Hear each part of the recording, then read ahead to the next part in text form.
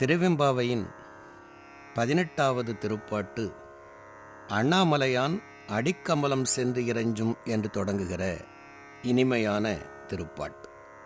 மாணிக்கவாசகப் பெருமான் திருவாசகம் முழுவதையும்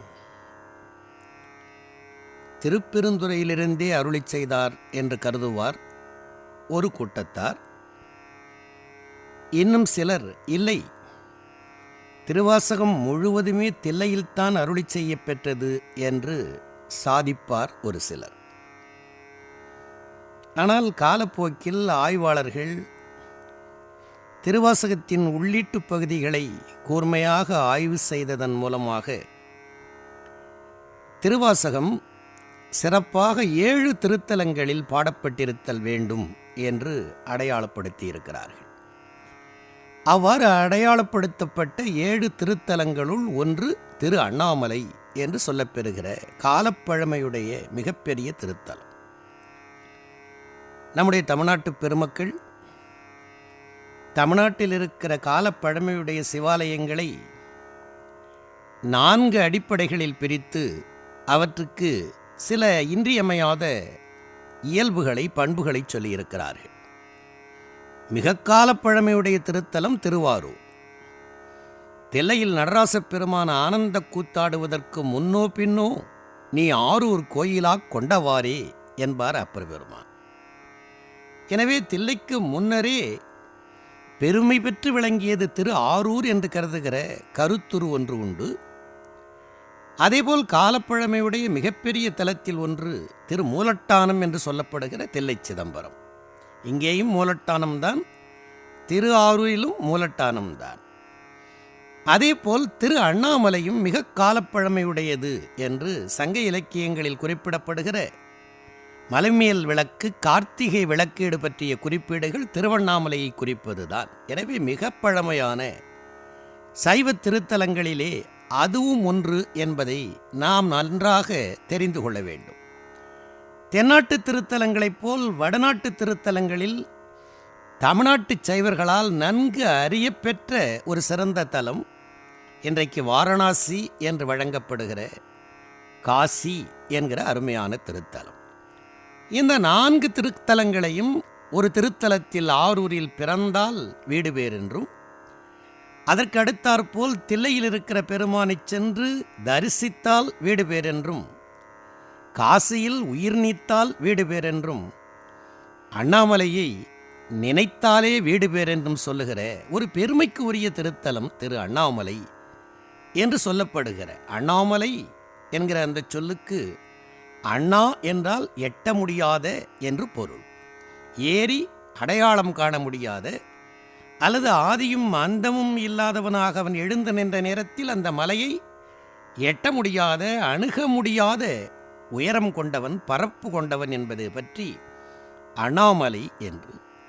தொடக்கத்தில் ஆதியும் அந்தமும் இலா அரும்பெரும் சோதி என்று சோதி வடிவிலே நின்ற பெருமலை என்று அவனை குறித்த மாணிக்கவாசகப் பெருமான் 5வது திருப்பாட்டில் மாலரியா நான்முகனும் காணாமலை என்று மீண்டும் அதனை வலியுறுத்தி சொல்லி அந்த பொது குறியீடுகளை கடந்து நேரடியாகவே அந்த திருத்தலத்தின் திருப்பெயரை பதிவு செய்து தொடங்குகிறது இந்த அருமையான 18வது திருப்பாட்டு. இந்த திருவண்ணாமலைக்கு மிக பலவாகிய பெருமைகள் உண்டு என்பதை அந்த தலத்தோடு தொடர்புடையவர்களும் அறிஞர்களும் அந்த தலம் குறித்து எழுந்த பல்வேறு பதிவுகளும் நமக்கு மிகச் செம்மையாக எடுத்து காட்டுவதை நம்மாலே பார்க்கிறோம். சிவபெருமானுடைய திருமேனியில் அன்னை உமாதேவி பாதி உடம்பு கேட்டு பெற்ற திருத்தலம் திரு அண்ணாமலைதான்.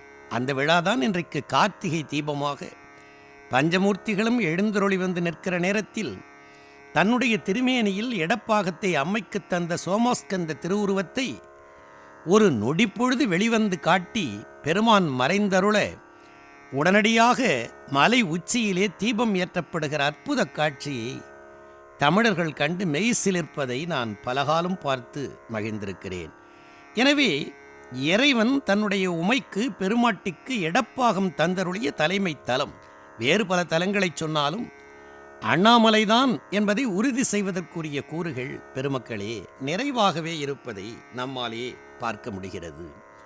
உமையம்மையினுடைய வேண்டுகோளை ஏற்று திரு அண்ணாமலைக்கு சென்று பெருமானுக்கு 10 நாள் பெருவிழாவை பிரம்மதேவன் நிகழ்த்திய முதல் திருத்தலமும் திருவண்ணாமலைதான். எனவே பிரம்மதேவன் ஒரு திருக்கோயிலுக்கு சென்று 10 நாட்களுக்கு பெருவிழாவை எடுத்த திருத்தலம் திருவண்ணாமலை என்பது பற்றித்தான், அவனாலே எடுக்கப்பெற்ற விழா என்பது பற்றி அது பிரம்மோற்சவம் என்கிற பெயருடையதாயிற்று. அதற்கு பிறகுதான் மற்ற தலங்களில் நடைபெறுகிற பெருவிழாக்களுக்கும் பிரம்மோற்சவம் என்பதாகிய திருப்பெயர் வந்ததென்று அந்த தலத்து வரலாற்றோடு தொடர்புடையவர்கள் இதை பதிவு செய்திருப்பதை நான் பார்த்திருக்கிறேன். இந்த திருத்தலத்தை மூவர் பெருமக்களில் இருவருடைய அற்புதமான பாடல்கள் பதிவு செய்து நம்மை மகிழ்விப்பதை பார்க்கிறோம்.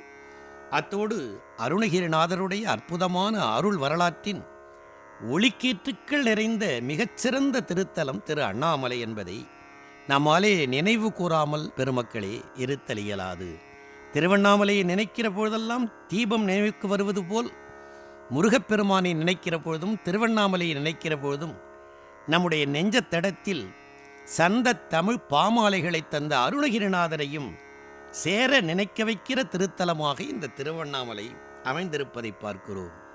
இந்த தலம் ஞானிகளை தன்பால் ஈர்த்து வைத்துக்கொண்டு சிவஞானம் பெருக்குகிற அற்புதமான தலம் என்பதை ஞான தபோதனரை வாவென்று அழைக்கும் மலை என்று இந்த மலையினுடைய பெருமிதத்தை எடுத்து பின் வந்தவர்கள் தங்களுடைய நூல்களிலே பதிவு செய்திருப்பதையும் நான் பார்த்திருக்கிறேன். மிகச்சிறந்த அருளாளர்களுக்கெல்லாம் மேலான அருளாளராக விளங்கிய குகை நமச்சிவாயரும் அவரிடம் இருந்து ஞானம் பெற்று தில்லையிலே ஞான பயிர் வளர்த்த குரு நமச்சிவாயரும் ஞானம் பெறுவதற்கு காரணமாக விளங்கிய திருத்தலம்.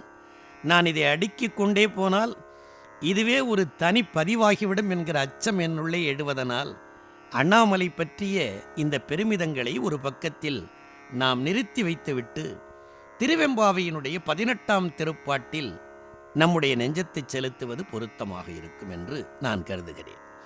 அக்காலத்தில் பெண்கள் நீராடுவது குறித்து எழுந்த அருமையான பாட்டுத்தான் இந்த திருவெம்பாவை என்பதை முன்னர் பதிவுகளிலேயே நான் உங்களோடு பகிர்ந்து கொண்டிருக்கிறேன். ஒரு இரவை 12 மணி நேரத்தை 3ஆக பிரித்தார்கள் நம்முடைய பெரியவர்கள். அது தொல்காப்பியத்திலேயே காணப்படுகிற பகுப்பு. ஒன்றை மாலை என்பார்கள், இன்னொன்றை நள்ளிரவு என்று சொல்வார்கள், இன்னொன்றை புலர்காலை என்று சொல்லி காட்டுவார்கள். வைகரை என்று அதை தொல்காப்பியம் சொல்லி காட்டும்.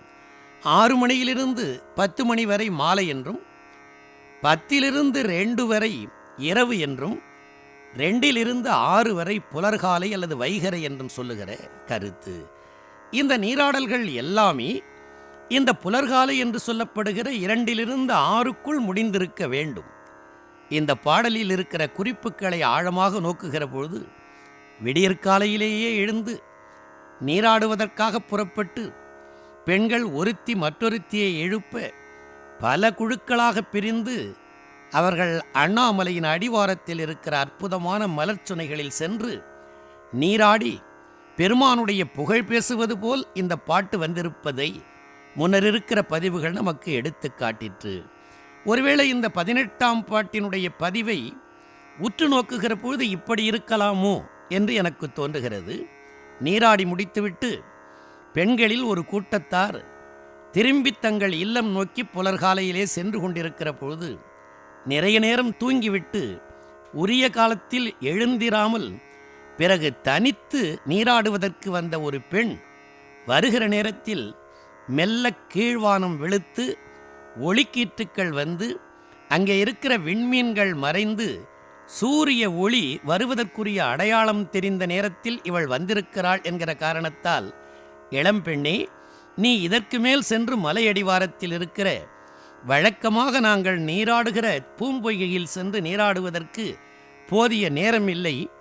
இதோ பக்கத்தில் இருக்கிற இந்த நீர்நிலையிலேயே நீராடிவிட்டு எங்களோடு இணைந்து கொள் என்று சொல்லுவது போல் ஒரு தொனி இருப்பதை இந்த பாடலிலே நான் பார்த்து மகிழ்ந்தேன். இதிலே காணப்படுகிற இந்த கூட்டத்தார் ஒரே ஒரு மகளிர் குழுவைச் சேர்ந்தவர்கள் அல்ல. பல குழுக்கள் பல நேரங்களில் ஒன்று திரண்டு பல இடங்களிலே சென்று நீர்நிலைகளிலே நீராடுவது போன்றிருக்கிற தனித்தனி பதிவுகளினுடைய ஒருங்கிணைப்பாகத்தான் இந்த பாட்டு இருக்கிறதே தவிர ஒரு குறிப்பிட்ட குழுவைச் சேர்ந்தவர்கள் மட்டுமில்லை. இன்னொன்றை கூட நாம் எண்ணி பார்க்கலாம். பருவம் எய்தியவர்களாக இருக்கிற பெண்கள் பருவம் எய்தியதற்கு பிறகு பகல் பொழுதில் இல்லத்தின் வாயில் தாண்டி உலகர் காண வெளிவருவது என்பது தமிழகத்தினுடைய வழக்கமில்லை என்பதை காரைக்கால் அம்மையாருடைய அருள் வரலாற்றில் அவர் பருவம் எய்தினார் என்பதை சொல்ல வருகிற சேக்கிழார் பெருமான் இல் இகவா பருவம் எய்தினார் என்று எழுதுகிறார். வீட்டை விட்டு வெளியில் வாராத பருவம் எய்தினார் என்று சொல்லுகிற அந்த பதிவு ஒன்றும் சாதாரணமான பதிவல்ல. தமிழ்நாட்டினுடைய பண்டைய மரபுகள் குறித்த அற்புதமான பதிவு. எனவே பெண்ணே, இனி நீ தனித்து சென்று அங்கே இருக்கிற நீர்நிலைக்கு சென்று நீராடிவிட்டு திரும்பி வருவதற்குள் பொழுது விடிந்துவிடும்.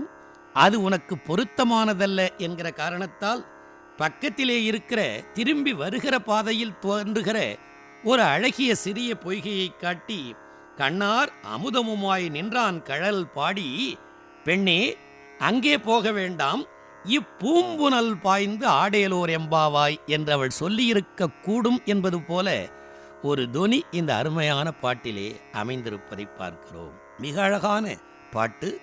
குறிப்பிட்டு சொல்லத்தக்க பெரிய செய்திகள் ஒன்றுமில்லாமல் வழக்கமாக அண்ணாமலையானுடைய அருள் திறத்தையும் சிவபெருமானுடைய பெருமிதங்களையும் பேசுவதால் உண்மையிலேயே இறைவனுடைய புகழ் பேசுவது மாணிக்கவாசகருடைய திருவுளம். அந்த புகழ் பேசுவதற்கு பல்வேறு ஏதீடுகளை அவர் தேடுகிறார். பெண்கள் காலை நேரத்திலே சென்று நீராடுதல் என்பது சமூக வழக்கிலே இருந்த செய்தி. பூப்பறிப்பது என்பது வழக்கிலே இருந்த செய்தி. கடற்சி காய்களை வைத்துக்கொண்டு விளையாடுவது என்பது வழக்கிலே இருந்த வாழ்க்கை முறை. இந்த வாழ்க்கை முறையின் ஊடே கொண்டு போய் சிவனினுடைய புகழை கலந்து பாடுவதன் மூலமாக வெற்றாட்டம் ஆடுகிற பெண்கள் சிவன் புகழ்பாடி ஆடுவதன் மூலமாக அவர்கள் நெஞ்சத்தடத்திற்கும் சிவன் அருளை கொண்டு சேர்க்க வேண்டும் என்கிற திருவுளம்தான் மாணிக்கவாசகருடைய திருவுளமாக இருந்திருக்க வேண்டும் என்பதை நம்மாலே உணர முடிகிறது. மிக அழகாக இந்த பாட்டு. உண்மையிலேயே திரு அண்ணாமலை என்பது மிகச்சிறந்த நீர்வளம் மிக்க, எப்பொழுது பார்த்தாலும் அருவித் திரள்களும் குற்றாலத்திலே இருப்பது போல் நீர்ச்சாரல்களும் எப்பொழுது பார்த்தாலும் வந்து கொண்டிருக்கிற, இடையறாது மழை பொழிந்து கொண்டிருக்கிற ஒரு பெரிய தலம். மலைத்தலங்களில் எப்பொழுதும் மழைக்கு பஞ்சமில்லை என்பதை நாம் பார்க்கிறோம். திருஞான சம்பந்தருடைய அத்தலத்து தேவாரத்தையும் திருநாவுக்கரசருடைய தேவாரத்தையும் நீங்கள் ஊன்று நோக்கினால் ஏராளமான இந்த மழை பற்றிய குறிப்பும் இடையறாது வருகிற அறிவுகளுடைய குறிப்பும் சாரல்களுடைய குறிப்பும் பற்றிய செய்திகள் இருப்பதனால் மலை அடிவாரத்தில் ஏராளமான நீர்ச்சுனைகள் அக்காலத்திலே இருந்திருக்க வேண்டும் என்பதில் எந்தவிதமான ஐயமும் இல்லை. பாட்டு இப்படித்தான் தொடங்கி நடையிடுகிறது. பெருமானினுடைய திருவடி சிறப்பு சொல்வதுதான் மாணிக்கவாசகருக்கு மிக பிடித்தது. அன்றைக்கே நாம் சிந்தித்து பார்த்தது போல் பெருமான் தன்னுடைய காலை திருவடியை கொடுத்து அவரை ஆட்கொண்டார் எழுதியதனால் அவருடைய திருவடியை பற்றுக்கோடாக கொண்டு அதன் பெருமை சொல்வதுதான் திருவாசகத்தினுடைய மிகச்சிறந்ததாகிய ஒரு உள்ளீடு என்பதை நாம் தொடக்க முதலாக கடைசி வரையிலே பார்த்து கொண்டு வருகிறோம். அந்த பெருமானினுடைய திருவடி, அவனே ஒரு வெப்பம் மிக்க அழகு மிக்க தீப்பிழம்பானவன். அவனுடைய திருவடியிலிருந்து ஒரு ஒளி புறப்படுகிறது என்று நமக்கு புலப்படாத அந்த ஒளியை தன்னுடைய உள்ளத்தடத்தில் அவன் திருவடியை பதித்து வைத்திருக்கிற மாணிக்கவாசக பெருமான் கண்ணுக்கு புலப்படுகிற அந்த திருவடியிலிருந்து புறப்பட்டு வருவதாகிய மிகச்சிறந்ததாகிய ஒரு ஒளி. இறைவனை அட்டமூர்த்தி அண்ணாமலை தொழ கெட்டு போகும் நம் மேலை வினைகளே என்று பாடுவார்கள். அந்த தலத்திலே எட்டுரு கொண்டவன் பெருமான். அந்த எட்டுருவில் 3 வடிவங்கள் பெருமானுக்கு ஒளி வடிவானது. ஒன்று தீ, இன்னொன்று சூரியன், சந்திரன் என்று. எனவே முப்பெரும் சுடர்களினுடைய வடிவாக அமைந்திருக்கிறவனாகிய பெருமான் திருவடிகளிலிருந்து ஒளிகள் புறப்படுவது என்பது ஒன்றும் வியப்பான செயலில்லை. அப்படி ஒரு அருமையான ஒளிக்கீற்று அவனுடைய திருவடிகளிலிருந்து புறப்பட்டதாம்.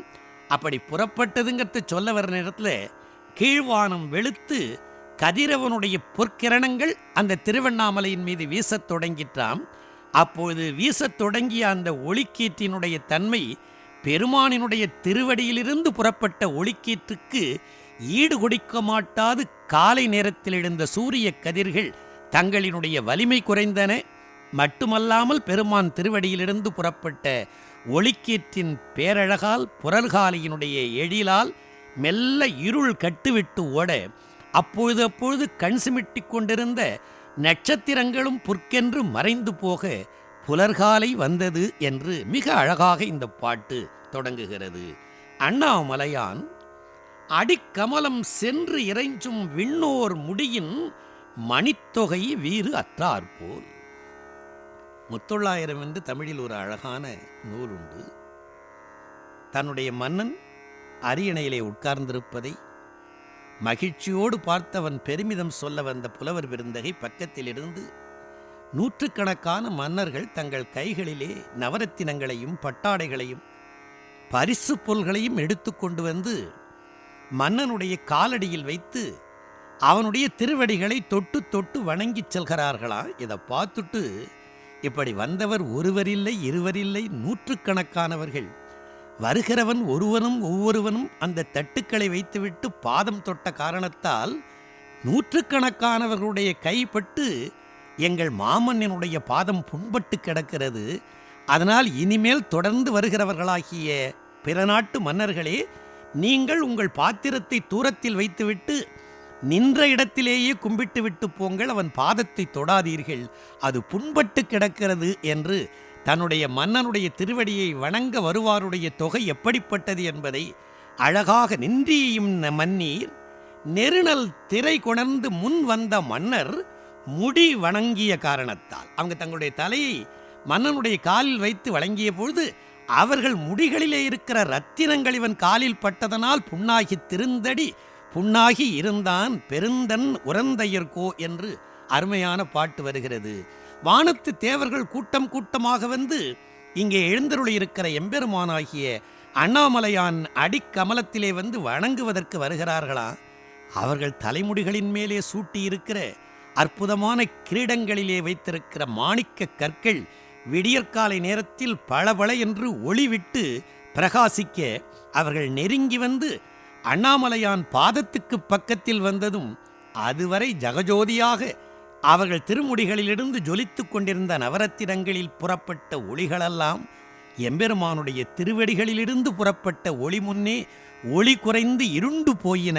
அதுபோல் அப்படின்னு இது உதாரணமாக்கிட்டு அப்ப தேவர்களுடைய முடிமணிகனினுடைய ஒளிகள் எம்பெருமான் திருவடிகளிலிருந்து புறப்பட்ட ஒளி முன்னே செயலிழந்து போன தன்மை போல் கண்ணார் இரவி கதிர் வந்து கார்கரப்ப கண்ணார் கண்ணிலே நிறைகின்ற தன்மையுடையதாகிய கண்ணார் இரவி. ஒரு பொருளை பார்க்க வேணும்னா கண்ணொளியும் வேண்டும் கதிரொளியும் வேண்டும். அப்படி இருந்தால் தான் நடக்கும். கண் நன்றாக இருக்கிறது, ஒரு பொருளும் இருக்கிறது, ஆனால் கதிரவன் அந்த ஒளியை அந்த பொருள் மேல் செலுத்தவில்லை என்றால் கண்ணொளியை மட்டும் வைத்துக்கொண்டு ஒரு பொருளை பார்க்க முடியாது என்று கண்ணொளியும் கதிரொளியும் கலந்தாலல்லாது காட்சி பராது என்பதை சைவ சித்தாந்திகள் எடுத்து காட்டுவது போல கண்ணார் இரவி என்று சொல்வதன் மூலமாக கண்ணுக்கு ஒளி தருவது கூட கதிரவன்தான் என்பதை அங்கே நிலைநாட்டி கண்ணார் இரவி கதிர் வந்து அது காலையில் வர ஆரம்பிக்குதான். கார்கரப்ப கண்ணங்கரேர் என்றிருந்ததாகிய இருள் கொஞ்சம் கொஞ்சமாக மறைந்து புறமுதுகிட்டு ஓட தன்னார் ஒளி மழுங்கி தாரகைகள் தாமகல. தன்னார் குளிர்ச்சி பொருந்தியதாகிய தன்மையுடையன இந்த வானத்திலே இருக்கிற வெண்மீன்கள். அவை என்றைக்கும் சுட்டெரிப்பதில்லை. தன்னார் ஒளி மழுங்கி விரும்புவதற்குரியதாக இருக்கிற குளிர்ந்த தங்களுடைய ஒளிகளையெல்லாம் கண் சிமிட்டிக் கொண்டிருந்ததாக இருக்கிற நட்சத்திரங்கள் இழந்து ஒளிமழுங்கி தாரகைகள் தாம் அகல நட்சத்திரங்களெல்லாம் வானத்தை விட்டு நீங்க. எனவே புலர்காலை வந்தது. சூரியன் எழுவதற்கு அதனுடைய ஒளிக்கீற்று கண்டு இங்கே இருப்பதாகிய இருள் மறைந்து நட்சத்திரங்கள் ஒளி குறைந்து போயின என்பதை தேவர் முடிகளிலிருந்து வந்த ஒளிகள் பெருமான் திருவடியில் இருக்கிற ஒளி முன்னே குறைந்து போனது போல என்று சொல்லுகிற இத்தகைய அருளிப்பாட்டு உவமைகளை மாணிக்க வாசகர் போன்ற அருளாளர்களால் மட்டும்தான் பெருமக்களே சொல்ல முடியும் என்பதை இந்த பாட்டு எடுத்து காட்டுகிறது. அதற்கு மேல் அவனுடைய புகழ் பாடுகிற வழிகள் பெண்ணாகி ஆணாய் அலியாய் பிறங்கு ஒளிசேர் வெண்ணாகி மண்ணாகி இத்தனையும் வேறாகி கண்ணார் அமுதமுமாய் நின்றான் கடல் பாடி. திருவாசகத்தில் முன்னே வருவதாகிய திருவெம்பாவையில் ஒவ்வொரு பாடல்களிலும் காணப்படுகிற வருணனைகள் நான் முன்னரே சொன்னது போல் வெவ்வேறு குழுக்களைச் சேர்ந்தவர்கள் பாடுகிற பாட்டுக்கள் என்பதனால் ஒரே மாதிரியான பெருமான் குறித்த வருணனைகள் ஒருத்தி பாடினால்தான் அது கூறியது கூறலாகுமே தவிர பல குழுவாருடைய பதிவு என்கிற அடிப்படையில் பெருமானுடைய புகழ் திரும்ப திரும்ப, அதுவும் ஆண்டவனுடைய புகழை எத்தனை முறை எத்தனை கோணத்தில் சொன்னாலும் அதிலே எந்த விதமான குறையும் இல்லை என்பதனால் பெண்ணாகி இறைவன் எப்படி இருக்கிறான்? இந்த நில உலகத்தில் பெண் வடிவம் கொண்டும் காட்சி தருகிறான். ஆணாகி ஆண் வடிவத்திலேயும் காட்சி தருகிறான். புதிதாக ஒரு பதிவு வருகிறது, அலியாகி ஆணும் பெண்ணும் இல்லாமல் அலி என்று சொல்லத்தக்க இரண்டு குழுக்களிலும் சேர்க்க முடியாதிருக்கிற அலியாகவும் அவன் இருக்கிறான். பின்னே வந்த தேவாரத் தொடர்களிலேயும் இந்த குறியீடு உண்டு என்பதை பார்க்கிறோம்.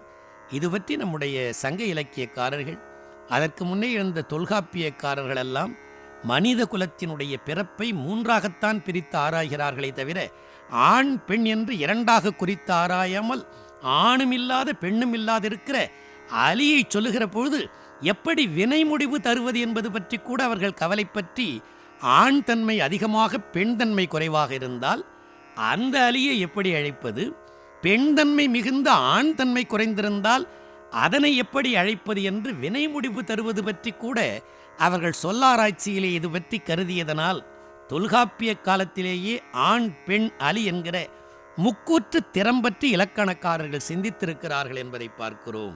பெருமான் பெண்ணாகி ஆணாய் அலியாகி, இந்த சிந்தனை தொல்காப்பியரால் இலக்கணம் பற்றியும் இங்கே இறைவனினுடைய பரம கருணை பற்றியும் பதிவாகி இருக்க, இத்தகைய பிறப்பு ஏன் இந்த மண்ணுலகத்தில் அமைகிறது என்பதை திருமூலருடைய திருமந்திரம் அடையாளப்படுத்தி காட்டுகிறது. ஒரு ஆணும் பெண்ணும் கூடுகிற நேரத்தில் இறைவன் திருவருளால் ஒரு ஆன்மாவுக்கு உடல் கிடைக்கிறது, தனு கிடைக்கிறது. கிடைத்த தனு ஆணாக அல்லது பெண்ணாக இரண்டுமற்ற அலியாக பிறப்பதற்கு என்ன காரணம் என்பதை மிகப்பெரிய ஞானியாக விளங்கிய திருமூலர் மூச்சு பயிற்சியின் மேல் வைத்து, ஆணும் பெண்ணும் உறவு கொள்ளுகிற நேரத்தில் இருக்கிற மூச்சின் எண்ணிக்கை, அளவு, அவர்களுடைய உடற்கூறுகள் காரணமாகத்தான் குழந்தை ஆணாக அல்லது பெண்ணாக அல்லது அலியாக பிறக்கிறது என்கிற அற்புதமான விஞ்ஞானத்தை திருமூலரும் பதிவு செய்து காட்டுவதையும் இந்த திருவெம்பாவை நம்முடைய சிந்தனை தடத்திற்கு கொண்டு வருகிறது. பெண்ணாகி ஆணாய் அலியாய் பிறங்கு ஒளி சேர் விண்ணாகி, வானந்தான் எல்லா ஒளிகளுக்கும் இடம் தந்து நிற்கிற மிகப்பெரிய பரப்பு. விண்ணாகி மண்ணாகி இத்தனையும் வேறாகி, அதுதான் ரொம்ப மிகச்சிறந்த. இந்த மாதிரி பதிவுகளிலிருந்து தான் பின்னே சித்தாந்தம் ஒன்றாய் வேறாய் உடனாய் என்றெல்லாம் ஆராய்ந்து காட்டுவதற்கெல்லாம் முதல் பதிவுகளை இங்கிருந்துதான் மெய்கண்டார் போன்றவர்கள் எடுத்துக்கொண்டிருக்க வேணும். விண்ணாகி மண்ணாகி இத்தனையும் வேறாகி இவற்றுக்கு அப்பாலாகவும் அவன் இருக்கிறான் என்று காட்டி, ஆனால் எளிவந்த கருணை காரணமாக நம் கண்ணார் அமுதமுமாய் நின்றான். நம்முடைய கண்கள் நிறைகிற அமுதமாக திருக்கோலம் காட்டி சிவாலயங்களின் கண்ணே அவன் உருவத் திருமேனி கொண்டும் கண்ணார் அமுதமுமாய் நின்றான் கடல் பாடி. பெண்ணே அங்கே போக வேண்டாம், பெண்ணே இப்பூம்புனல் பாய்ந்து ஆடையலோர் எம்பாவாய் என்று அருகிலிருக்கிற ஒரு பூம்புனலை காட்டி நீராடச் சொன்னது போன்ற துனி உடைய அருமையான பாட்டாக அண்ணாமலையான் பெருமை சொன்னதோடு இந்த பாடலும் இதை அடுத்து வருகிற அம்மானையும் இந்த திருத்தலத்தில் அருளி செய்ய பெற்றது என்பதை நாம் நினைவு கூறவும் நினைந்து மகிழவும் அண்ணாமலையாரை சிந்திக்கவும் இடம் தந்த அற்புதமான பாட்டு இந்த 18வது திருப்பாட்டாகிய அண்ணாமலையான் அடிக்கமலம் என்று தொடங்கி நிறைகிற அருமையான திருப்பாட்டு.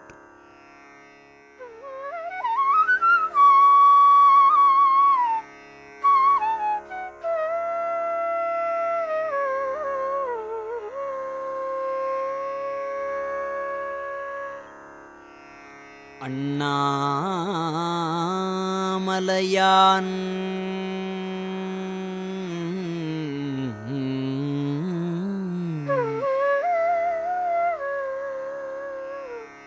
அடிக்கமலம் சென்று இறைஞ்சும்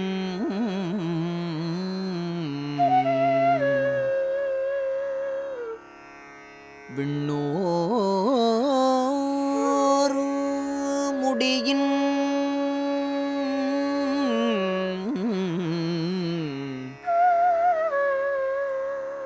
மணித்தொகை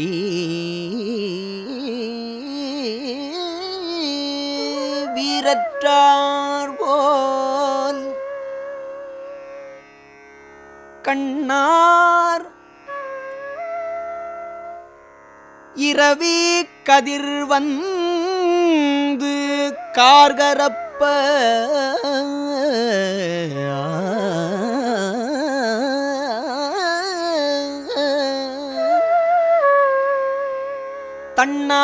தன்னாறு ஒளி மழுங்கி தாரகைகள் தாம் அகல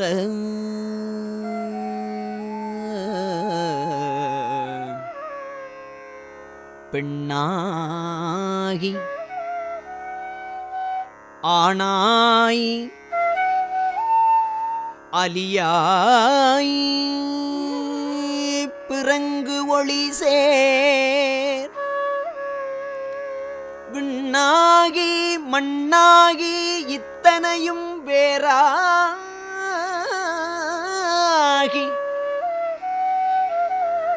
கண்ணார் அமுதமுமாய் நின்றார்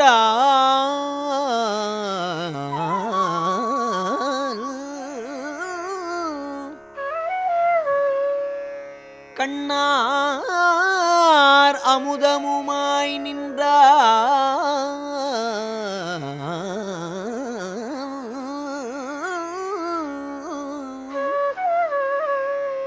கழல் பாடி பெண்ணே இப்பூம்புனல் பாய்ந்து ஆடேலோர்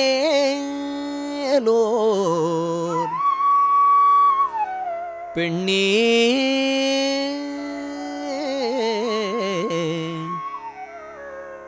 இப்பூம்புனல் பாய்ந்து